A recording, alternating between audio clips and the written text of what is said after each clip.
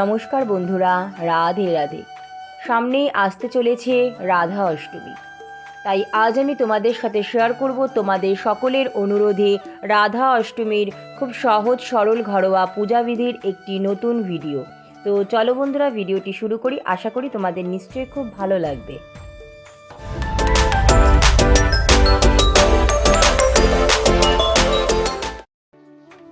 বলা হয়, যেসব ব্যক্তিরা জন্মাষ্টমীর ব্রত পালন করেছে তারা অবশ্যই রাধা অষ্টমীর ব্রত পালন করবে, তাহলেই পূর্ণ ফল পাওয়া যাবে।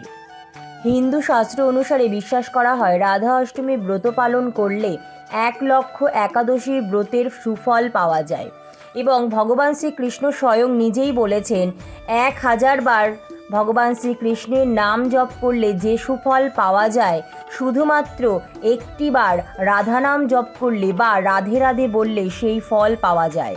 স্নান করে শুদ্ধ বস্ত্রে চলে এসেছি ঠাকুর ঘরে। ঠাকুরঘর সকাল সকাল খুব ভালো করে মুছে পরিষ্কার করে নিয়েছি, পুজোর বাসন ধুয়ে নিয়েছি, আর এখন পুজোর জন্য সমস্ত কিছু জোগাড় করে পুরো ঠাকুর ঘরে আর পুজোর সমস্ত জিনিসে ভালো করে গঙ্গা জল ছিটিয়ে নিয়ে সবার প্রথম আচমন করে নিচ্ছি। হাতে গঙ্গা জল নিয়ে মাথায় গঙ্গা জল ছিটিয়ে নিয়েছি।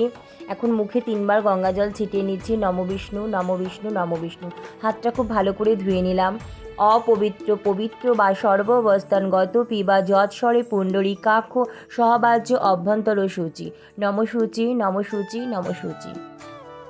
এখন চন্দন বেটে নিচ্ছি। সবার প্রথম সাদা চন্দন বেটে নেব। সাদা চন্দন বেটে একটি পাত্রে তুলে নেব। তারপর লাল চন্দন বেটেও একটি পাত্রে তুলে নেব। ভগবান শ্রীকৃষ্ণ এবং রাধারানীর দুইজনেরই জন্ম হয়েছিল ভাদ্র মাসের অষ্টমী তিথিতে।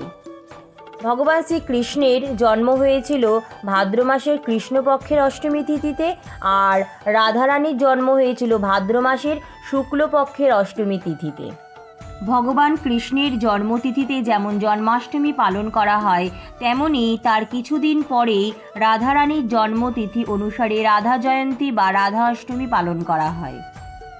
শাস্ত্র অনুসারে ভগবান শ্রীকৃষ্ণের জন্মের ঠিক 15 দিন পরে ভাদ্র মাসের শুক্লপক্ষের অষ্টমী তিথিতে রাজা বৃষভানু এবং তার স্ত্রী কৃতি স্বর্ণপদ্মের উপর রাধারানীকে পেয়েছিলেন।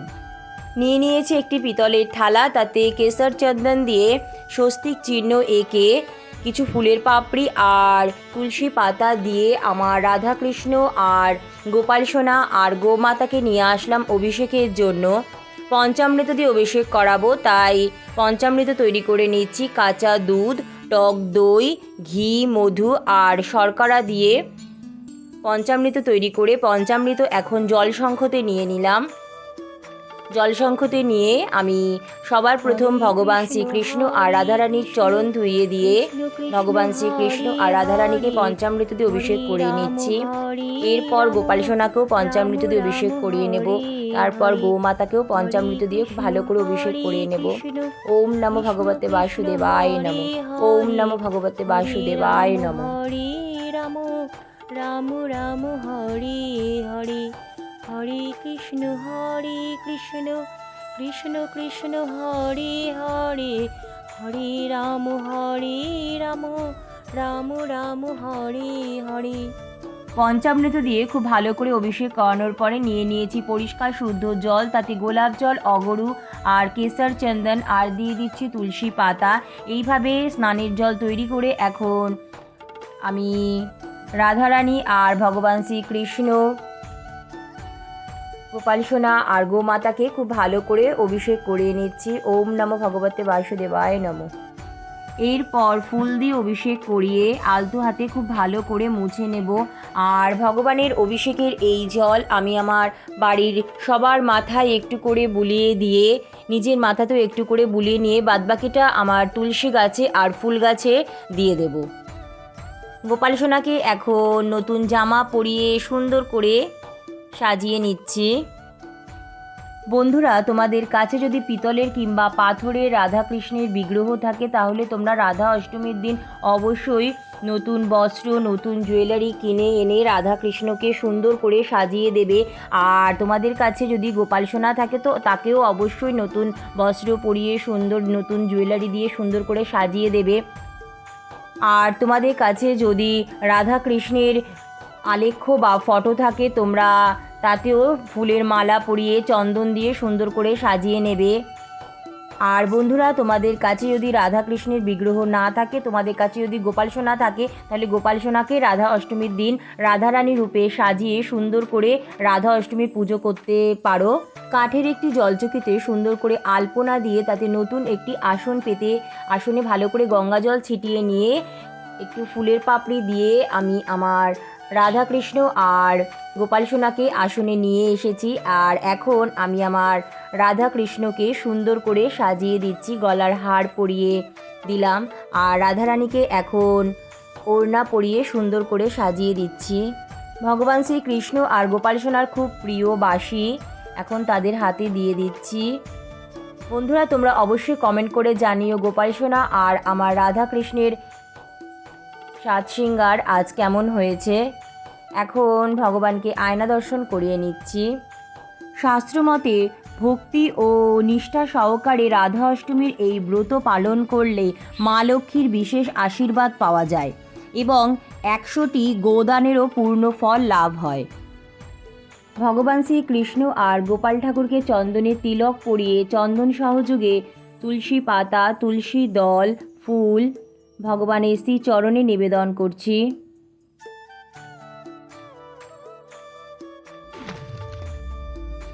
ওম নমো ভগবতে বাসুদেবায় নমঃ। চন্দন সহযোগে লাল পদ্ম ভগবান শ্রীকৃষ্ণ আর গোপাল ঠাকুরের চরণে নিবেদন করে হাত জোড় করে প্রণাম করে নিচ্ছি।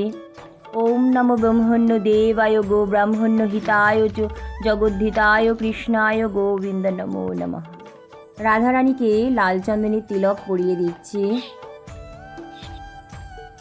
চন্দন সহযোগে রাধারানীর খুব প্রিয় পদ্ম ফুল আর গাঁদা ফুল রাধারানীর শ্রীচরণে নিবেদন করে হাত জোড় করে প্রণাম করে নিচ্ছি। তপ্ত কাঞ্চন গৌরাঙ্গী রাধে বৃন্দাবনেশ্বরী বৃষভানুসুতে দেবী প্রণমামি হরি প্রিয়ে। রাধারানীর খুব প্রিয় জুঁই ফুল, তাই আমি চন্দন সহযোগে জুঁই ফুলের মালা আমার রাধাকৃষ্ণ আর গোপাল সোনাকে পরিয়ে সুন্দর করে সাজিয়ে দিচ্ছি। বন্ধুরা, তোমরা অবশ্যই চেষ্টা করবে রাধা অষ্টমীর দিন রাধারানীকে জুঁই ফুলের মালা পরিয়ে সুন্দর করে সাজিয়ে দেওয়ার। রাধারানীর খুব প্রিয় জুঁই ফুল আর রঙিন ফুল দিয়ে সিংহাসন সুন্দর করে সাজিয়ে নিলাম। ভগবান শ্রীকৃষ্ণের প্রিয় ময়ূর গোমাতাকেও চন্দনের তিলক পরিয়ে চন্দন সহযোগে ফুল চরণে নিবেদন করে হাত জোড় করে প্রণাম করে নিলাম। কিছু ফুল আর আতপ চাল দিয়ে আসন তৈরি করে ভগবানকে ঘিয়ে প্রদীপ নিবেদন করলাম। ওম নমো ভগবতে বাসুদেবায় নমঃ। ভগবানকে এখন ভোগ নিবেদন করব। ভোগের থালা গ্লাস সুন্দর করে সাজিয়ে নিচ্ছি। বন্ধুরা, আজ আমি তালের বড়া আর রাধারানীর খুব প্রিয় মালপোয়া তৈরি করেছি। আর রাধারানীর খুব প্রিয় নানা রকম ভাজা, যেমন বাদাম ভাজা, চাল ভাজা, নিমকি, নানা রকম মিষ্টি, মাখন, মিশ্রি, গোপাল সোনার জন্য লজেন্স দিয়ে ভোগের থালা সাজিয়ে নিয়েছি। আর ভোগের থালা গ্লাসে তুলসী পাতা আর ফুল দিয়ে দিচ্ছি।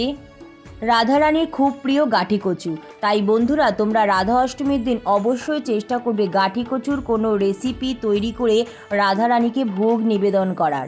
বন্ধুরা, এছাড়াও তোমরা নিজ হাতে রান্না করে নানা রকম ভোগ যেমন লুচি, সুজি ইত্যাদির ভোগ ভগবানকে নিবেদন করতে পারো।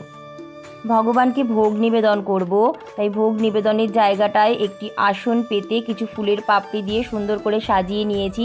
5 রকম গোটা ফল নিয়েছি। গোটা ফলে চন্দনের ফোঁটা দিয়ে চন্দন সহযোগে ফুল, তুলসী পাতা দিয়ে ভগবানকে 5 রকম গোটা ফল নিবেদন করলাম। ওম নমো ভগবতে বাসুদেবায় নমঃ। এরপর ভগবানকে ভোগ নিবেদন করছি। বন্ধুরা, এবছর অর্থাৎ 2022 সালে রাধা অষ্টমীর তিথি শুরু হচ্ছে বাংলার 17ই ভাদ্র 1429, ইংরাজি 3রা সেপ্টেম্বর শনিবার বেলা 12টা 24 মিনিট থেকে। আর রাধা অষ্টমীর তিথি সমাপ্ত হচ্ছে বাংলার 18ই ভাদ্র 1429, ইংরাজির 4 সেপ্টেম্বর রবিবার সকাল 10:39। এরপর হাতে ফুল তুলসী পাতা নিয়ে ভগবান শ্রীকৃষ্ণ আর গোপাল ঠাকুরের শ্রীচরণে পুষ্পাঞ্জলি দিয়ে নিলাম। হে কৃষ্ণ করুণা সিন্ধু দীন বন্ধু জগৎপতে গোপেশ গোপিকাকান্ত রাধাকান্ত নমস্তুতে। এরপর হাতে ফুল নিয়ে রাধারানী শ্রীচরণে পুষ্পাঞ্জলি দিয়ে নিচ্ছি। কৃষ্ণ দ্রব্যাময়ী রাধে, রাধা দ্রব্যাময় হরি, জীবনে নিধনে রাধা কৃষ্ণ গতির মর্ম। কৃষ্ণ প্রাণময়ী রাধা, রাধা প্রাণময় হরি, জীবনেন ধনে নিত্যম রাধা কৃষ্ণ গতির মর্ম। পুষ্পাঞ্জলি দিয়ে হাত জোর করে প্রণাম করে এখন ভগবানের আরতি করে নিচ্ছি।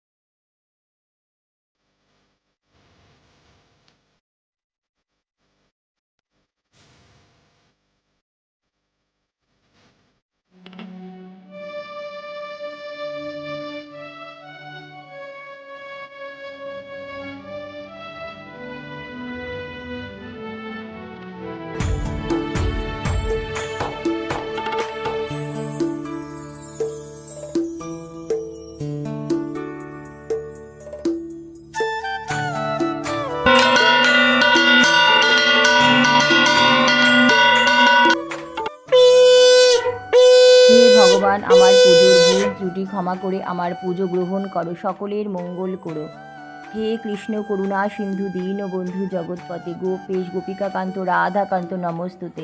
তপ্ত কাঞ্চন গৌরাঙ্গী রাধে বৃন্দাবনেশ্বরী বৃষভানুসুতে দেবী প্রণমামি হরি প্রিয়।